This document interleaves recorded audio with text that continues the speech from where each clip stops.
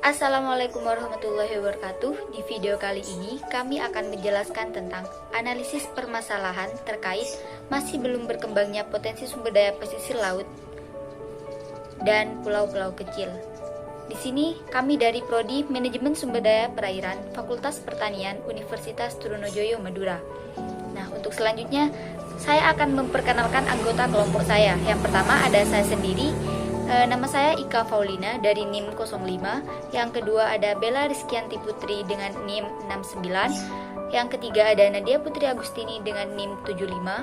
Selanjutnya ada Devi Rahmawati dengan NIM 01. Wikoyah Ilmawah Yuni dengan NIM 45. Dan yang terakhir ada Farika Sukmawati dengan NIM 71.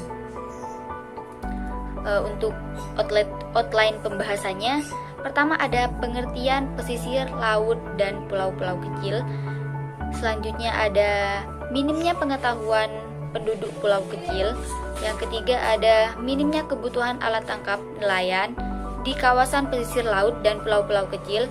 Selanjutnya ada budaya lokal kepulauan bertentangan dengan kegiatan pembangunan dan infrastruktur. Yang selanjutnya ada penyelundupan di perbatasan laut. Yang terakhir ada ketidakmampuan mencapai skala ekonomi yang optimal dalam hal administrasi, usaha, produksi, dan transportasi. Langsung saja untuk yang pertama ada pengertian. Pengertian pesisir. Pesisir merupakan wilayah peralihan antara ekosistem daratan dan laut yang ditentukan oleh 12 mil batas wilayah ke arah perairan dan batas kabupaten atau kota ke arah pedalaman. Ini diatur dalam Undang-Undang Nomor 27 Tahun 2007. Untuk pengertian dari laut, laut merupakan ruang perairan di muka bumi yang menghubungkan daratan dengan daratan dan bentuk-bentuk alamiah lainnya, yang merupakan kesatuan geografis dan ekologis beserta segenap unsur terkait. Dari yang batas dan sistemnya ditentukan oleh peraturan perundang-undangan dan hukum internasional. Selanjutnya untuk pengertian dari pulau kecil.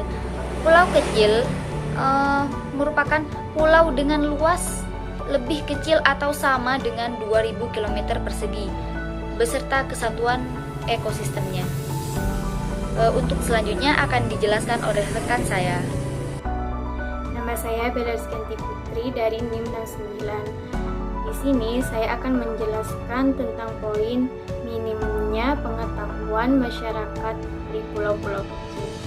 Yang saya ambil contoh di sini adalah Pulau Sapeken yang ada di Sumeneb, Madura atau di Kabupaten Sumeneb. Di Pulau Sapeken masih banyak rumah-rumah yang tidak dialiri listrik atau masih menggunakan lampu minyak, dan aliran listrik di Pulau Sapeken masih sangat terbatas sehingga akses internet yang ada di Pulau Sapeken tidak stabil atau tidak berjalan dengan semestinya, sehingga dari minimnya aliran listrik di Pulau Sapeken, masyarakat di Pulau Sapeken masih memiliki pengetahuan yang minim tentang perkembangan teknologi sekarang, seperti contohnya media sosial, Facebook, Twitter, Instagram, WA. Masih banyak masyarakat di Pulau Sapeken yang kurang paham akan hal tersebut, sehingga sekolah-sekolah di Pulau Sapeken juga masih sangat sederhana, masih melakukan proses belajar mengajar secara tatap langsung atau tidak melakukan proses belajar mengajar secara online karena masih terbatasnya orang di Pulau Sapeken yang menggunakan gadget atau HP.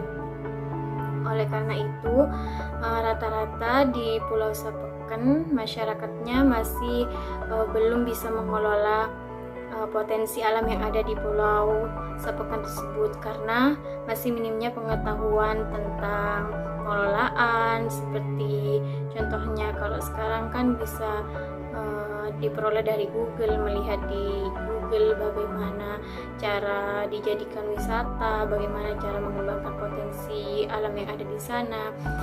Sedangkan di sana akses internetnya masih sangat tidak stabil, maka dari itu masyarakat di sana masih hanya beberapa saja dan masih sedikit yang mengetahui tentang bagaimana cara mengelola atau bagaimana cara memanfaatkan sumber daya yang ada di sana. Mungkin seperti itu. Saya Nadia Putra Agustini, NIM 19035 110075. Di sini saya ingin menjelaskan tentang minimnya kebutuhan alat penangkapan ikan bagi para nelayan di kawasan pesisir. Masyarakat pesisir didefinisikan sebagai sekelompok orang yang kehidupan perekonomiannya masih bergantung secara langsung pada pemanfaatan sumber daya laut dan pesisir. Karena pada dasarnya alat tangkap di wilayah pesisir itu rata-rata masih menggunakan alat tangkap yang bercirikan tradisional, kurang berorientasi terhadap masa depan, penggunaan teknologi yang sederhana, kurang rasional dan juga kurang berempati. Masyarakat di wilayah pesisir masih melaksanakan kegiatan di laut secara tradisional, seperti halnya menangkap ikan dengan menggunakan jala, pancing, dan sebagainya. Sehingga bisa dikatakan dalam segi perekonomian mereka masih kurang beruntung. Padahal jika dilihat dari hasil penangkapan laut secara menyeluruh, tentunya sangat banyak. Akibat minimnya anggaran dana membuat para nelayan di kawasan pesisir tersebut kurang mampu untuk membeli bahkan menggunakan alat tangkap yang modern seperti yang ada di kota-kota besar pada umumnya. Sehingga pengaruhnya nilai buru ikan pun terbatas jumlahnya. Tidak dapat diekspor melainkan hanya dapat dikonsumsi untuk makanan sehari-hari bagi mereka.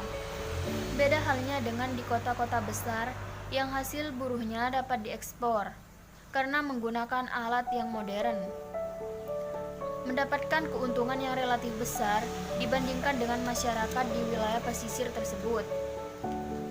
Keberadaan alat-alat penangkapan yang modern tersebut menjadikan masyarakat dapat menangkap ikan lebih banyak lagi dan waktu yang diperoleh dari hasil penangkapan ikan pun relatif kecil. Meskipun demikian, teknologi modern tersebut tidak sepenuhnya dikembangkan oleh nelayan. Masyarakat nelayan di Indonesia, terutama di kawasan pesisir, mereka lebih dipengaruhi oleh pengetahuan rakyat dalam kaitannya dengan pekerjaan. Mereka sebagai nelayan karena akses kepada ilmu pengetahuan modern hampir tidak ada. Permasalahan terkait masih belum berkembangnya sumber daya pesisir, laut, dan pulau-pulau kecil yang selanjutnya adalah kesulitan atau ketidakmampuan mencapai skala ekonomi yang optimal dan menguntungkan dalam hal administrasi, usaha produksi, dan transportasi. Hal ini turut menghambat pembangunan hampir semua pulau kecil di dunia, termasuk di Indonesia, karena adanya kendala dalam hal transportasi dan skala ekonomi yang terbatas. Maka ekonomi pulau-pulau kecil sangat rentan terhadap adanya distorsi dan kondisi eksternal pulau. Letak geografis pulau-pulau kecil yang terpencil dan terpisah-pisah sehingga menyulitkan dalam hal aspek transportasi bagi para penduduk asli pulau tersebut maupun masyarakat dari luar pulau yang ingin berkunjung ke pulau tersebut. Ekosistem laut dan pesisir pulau kecil. Garis pantai pulau kecil merupakan benteng pertahanan akan eksistensi pulau kecil tersebut. Pemanfaatan pulau kecil untuk industri kecil seperti pariwisata dan lain-lain bisa dilakukan untuk mengembangkan sumber daya pesisir dan laut tersebut. Kawasan laut dan pesisir menyediakan banyak sumber daya alam yang produktif seperti terumbu karang, padang lamun atau sigris, hutan mangrove, perikanan, dan kawasan konservasi. Pulau-pulau kecil juga memberikan jasa lingkungan yang sangat besar karena keindahan alamnya untuk industri pariwisata bahari.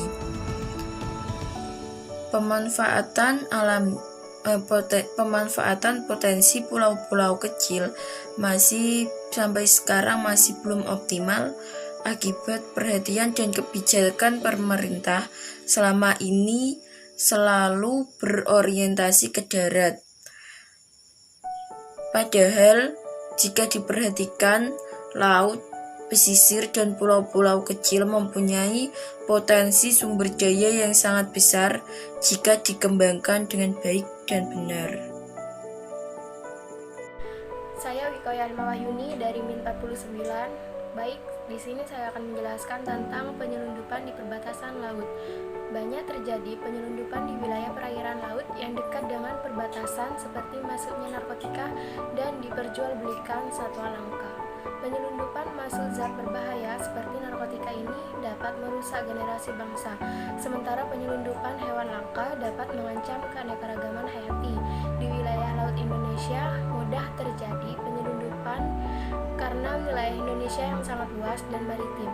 Banyak pulau yang masih belum dihuni, kurang pengawasan di perbatasan, dan sebab letak Indonesia sebagai wilayah pintu gerbang perdagangan dunia, serta selain itu wilayah yang cukup luas tanpa adanya dukungan pemantauan yang cukup.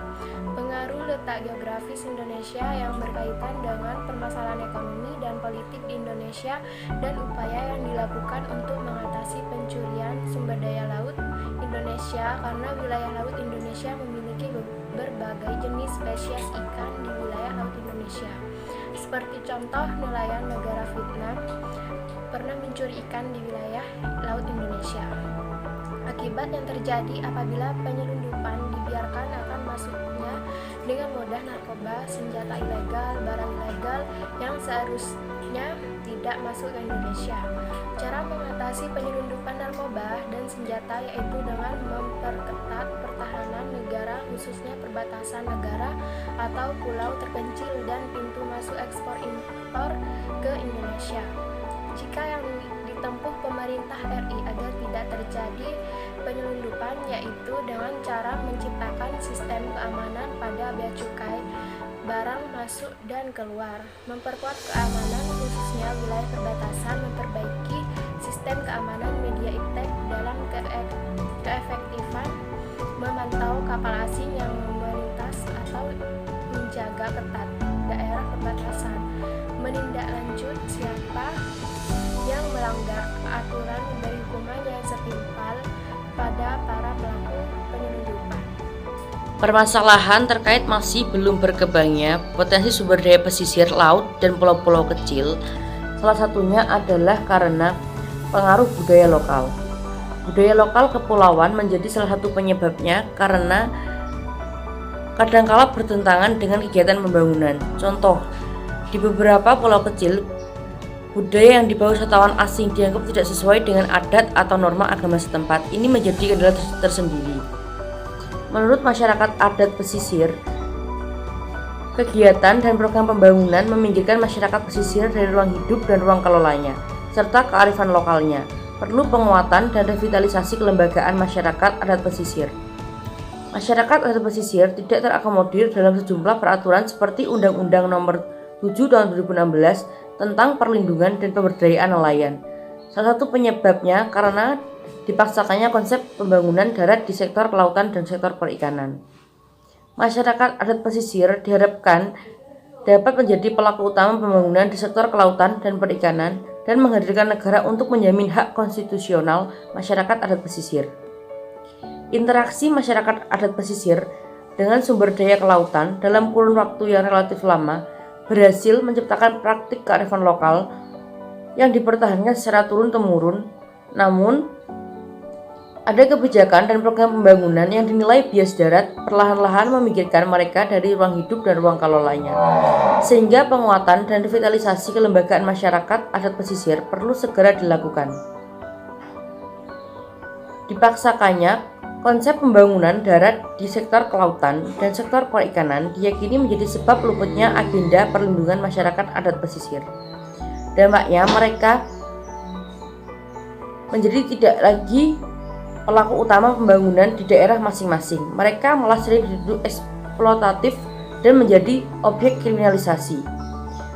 Peminggiran selalu terjadi. Kriminalisasi tidak boleh tangkap ini tangkap itu, sehingga wadah lokal musnah karena tekanan dari atas yang mementingkan lembaga non-adat. Kemudian mulai hilang instrumen yang asli, lokal, manusiawi, dan komprehensif. Padahal masyarakat adat pesisir memiliki pemaknaan tersendiri mengenai sumber daya laut, sebab bagi mereka, laut adalah subjek, bukan objek, sehingga ia bukan semata-mata menjadi tempat memanfaatkan sumber daya, tapi juga bagian tak terpisahkan dari nilai-nilai leluhurnya. Lemahnya pengetahuan mengenai nilai-nilai tersebut seringkali menimbulkan kesalahan interpretasi pada praktik-praktik tradisional masyarakat adat pesisir. Nah, itu tadi penjelasan mengenai permasalahan-permasalahan yang ada di pulau-pulau itu. Cukup sekian dari kami, kurang dan lebihnya mohon maaf. Wassalamualaikum warahmatullahi wabarakatuh.